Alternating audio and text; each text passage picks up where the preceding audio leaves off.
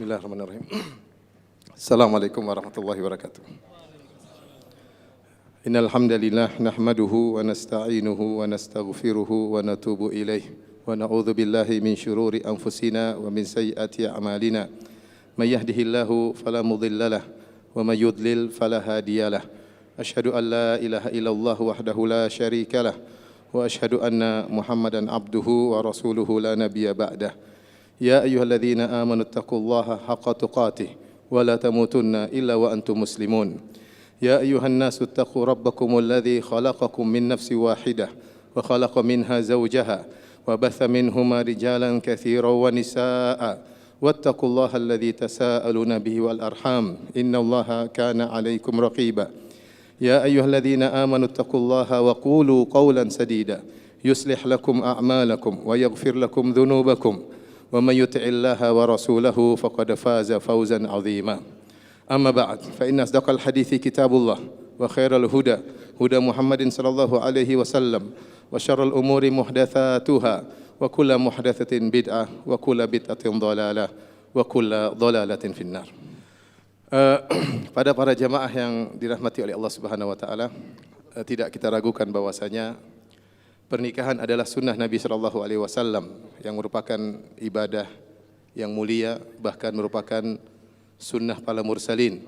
Allah Subhanahu wa taala berfirman, "Wa laqad arsalna rusulan min qablik wa ja'alna lahum azwajan wa dzurriyyah." Sungguh kami telah mengutus para rasul sebelum engkau wahai Rasulullah, dan kami jadikan bagi mereka istri-istri. Ini menunjukkan bahwasanya fitrah manusia, fitrah para rasul, mereka menikah, memiliki istri-istri.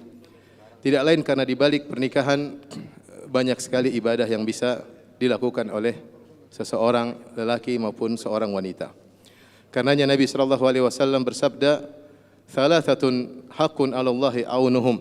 3 orang yang Allah wajib untuk menolong mereka, di antaranya an-nakih yuridul afaf, seorang yang menikah yang dia berharap untuk menjaga dirinya dengan pernikahan tersebut. Maka kebahagiaan rumah tangga tidak mungkin tidak, dan ini merupakan syarat agar bisa meraih kebahagiaan dalam waktu yang langgang yang lama.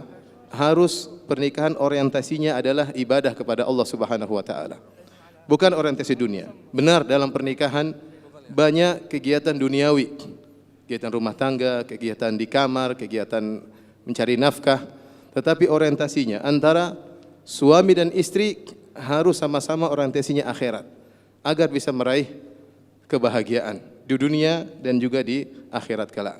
Makanya ketika terjadi pernikahan, Rasulullah SAW mendoakan keberkahan. Barakallahu lak wa baraka alaik wa jama'a bainakuma fi khair. Yang artinya semoga Allah memberkahi engkau wahai sang lelaki, tentunya juga pasangannya.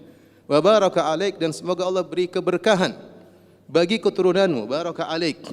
Wa jama'a bainakum fi khair, dan semoga Allah menggabungkan antara engkau dan istrimu dalam banyak kebaikan.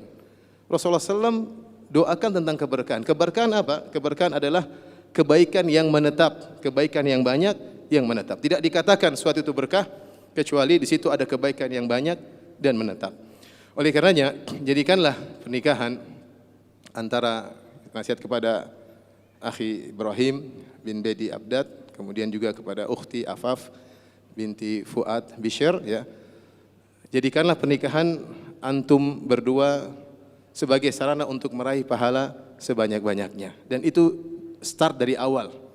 Begitu awal pernikahan, jangan lupa jalankan sunnah-sunnah Nabi sallallahu alaihi wasallam, ya. Kemudian doakan istri, kemudian jangan lupa doa untuk berhubungan, kemudian juga salat 2 rakaat.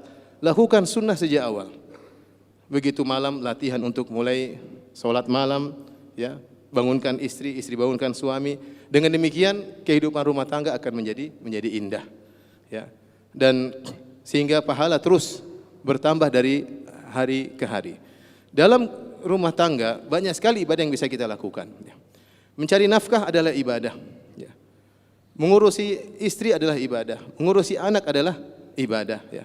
Sampai-sampai para ulama berpendapat jika ada 2 orang lelaki, si A dan si B, yang A dia rajin beribadah, dia syabab, a'zab, ya, jomblo, tidak punya istri, waktu dia untuk beribadah banyak, untuk baca Quran, untuk sholat malam, ya, untuk puasa sunnah. Sementara si B, waktu dia kurang.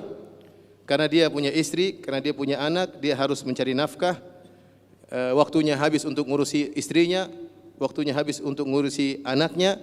Tetapi kata para ulama, yang terbaik adalah si B daripada si A.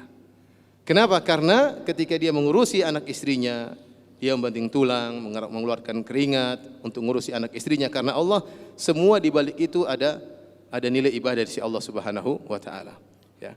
Oleh karenanya ini yang ingin saya ingatkan pada diri saya pribadi dan juga kepada kedua mempelai agar benar-benar menjadikan pernikahan ini sebagai sarana untuk beribadah kepada Allah Subhanahu wa taala. Jika ada kelalaian, saling mengingatkan bahwasanya kita ini menikah agar dekat kepada Allah Subhanahu wa taala. Apapun yang menjauhkan kita dari Allah maka kita jauhi. Yang menjadikan suami istri dekat kepada Allah kita lakukan. Itulah yang buat kita bahagia nanti. Ya. Bukan kebahagiaan dengan banyaknya harta, dengan jalan-jalan ke sana. Itu cuma sekunder, bukan primer. Primer yang buat kebutuhan primer yang bikin kita bahagia adalah dekat kepada Allah Subhanahu wa taala. Ya, percuma jika kita jauh dari Allah, kita mau jalan-jalan ke sana kemari, mau ke luar negeri, mau belanja barang-barang mewah, tapi hati kita jauh dari Allah, hanya kebahagiaan semu. Mungkin orang lihat dari luar kita bahagia, tapi hati kita kosong. Dan itu banyak rumah tangga seperti itu. Yang primer adalah bagaimana kita dekat dengan Allah Subhanahu wa taala. Kata Nabi sallallahu alaihi wasallam, rahimallahu imra'an qama minal lail fa shalla. Semoga Allah merahmati seorang laki di malam hari bangun kemudian dia salat malam. Wa aiqadha ahlahu, kemudian dia bangunkan istrinya. Fa shallat, kemudian istrinya salat. Kalau istrinya tidak bangun, nadhaha ala wajhil ma, maka dia pun memercikan air kepada wajah istrinya agar istrinya mau salat. Wa rahimallahu imra'atan, dan semoga Allah merahmati seorang wanita. Qamat minal lail, dia bangun malam, fa shallat, kemudian dia salat. Wa aiqadhat zaujaha, kemudian dia bangunkan suaminya, fa shalla, kemudian suaminya salat. Jika suami tidak salat, maka dia pun bercikan air kepada wajah suaminya agar salat. Lihatlah bagaimana kerjasama dalam mendekatkan diri kepada Allah Subhanahu wa taala. Inilah sedikit nasihat buat saya pribadi dan saya khususkan terutama kepada akhi Ibrahim dan juga ukhti Afaf yang akan masuk dunia baru ya. Yang banyak sekali ya kebahagiaan di sana, banyak sekali pahala yang bisa diraih, di samping tentunya ada gelombang-gelombang, ada ya ujian-ujian. Insyaallah semuanya bisa dihadapi jika kita senantiasa dekat dengan Allah Subhanahu wa taala. Ya, ingat ini poin sangat penting. Kalau ingin bahagia, dekat dengan Allah. Tidak ada jalan lain. Tidak ada jalan lain. Mau duit banyak, mau duit sedikit, dekat dengan Allah, bahagia. Mau duit banyak, jauh dari Allah, hanya kebahagiaan semu, hanya fata morgana. Orang melihat kita bahagia, tapi hati kita akan hampa. Wallahu taala alam bisawab.